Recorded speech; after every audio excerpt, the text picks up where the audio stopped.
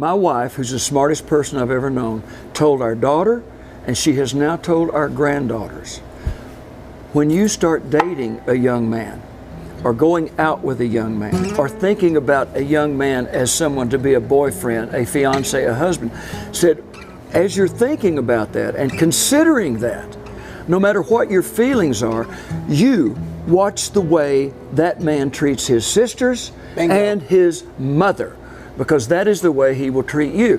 So if you don't stand up when she walks in a room, if you don't help her on with her coat, if you don't go open the door for her, don't even swap spit with him. He's not worth your time. Do it. He will treat you that way. Bingo. So my father treated my mother that way, my grandfather, and I have tried to treat Janice that way. Respect to a woman is deference to her. Let's use that word. Absolutely. So respect to a woman as a man is deference. And it's manliness. It is the bowing of the head. It is, you have more jurisdiction than I have. Mm-hmm. That's why I open the door. That's why I do this. That's why I bow. That's why whatever you want, you got it. I'm here for you, whatever you want. That's part of being masculine, is deference to the woman, to the female. Without question. And they have spun that to mean this twisted version of it.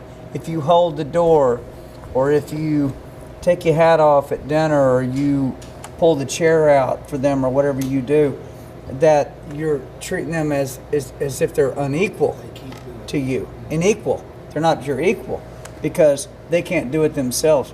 No. It's the actual opposite of that. Right. It's in deference to them. It's in respect to them.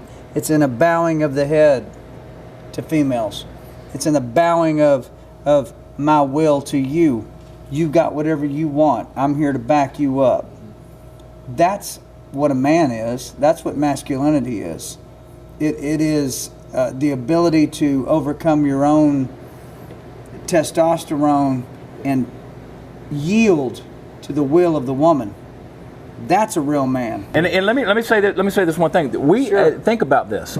We're the only culture in the world historically, Western civilization. We're the only ones that do not have a ceremony whereby we call our boys into manhood. Jews had a bar mitzvah.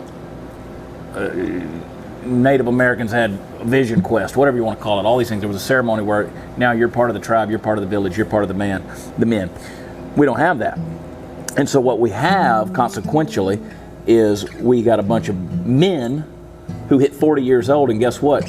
Up here, they're still in their adolescence. They still objectify women. They still treat them as, it's a playboy mentality. I'm gonna go out there and I'm gonna show by how many notches on the bedpost how much of a man I am. And that's not masculinity at all. That's not manhood. That is, and we've all done it. Look, we've all gone out there and we've all fallen into that trap, that downward spiral cycle of going out there and trying to show how macho we are based on the conquest and all of these things. That's an adolescent mindset. That's what 13-year-olds do when they get the JCPenney catalog and they find the lingerie section. 40-year-old men shouldn't be that way. 30-year-old men shouldn't be that way. But we haven't called our boys into manhood and say, you know what? I went to my father.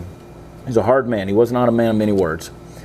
And I went to my father when I was 21 years old and I said, Dad, I want to know how you see me. He said, what do you mean? I said, do you see me as a man? He said, well, you're my son. And I said, I know that, and I appreciate that, and I know in your mind I'll always be your boy. I said, but I want you, because he would have never come to this conclusion on his own. I said, I want you to think of me as a man, And that was a hard conversation for me to have, but I needed to hear my father think of me as a man, and it made a big difference.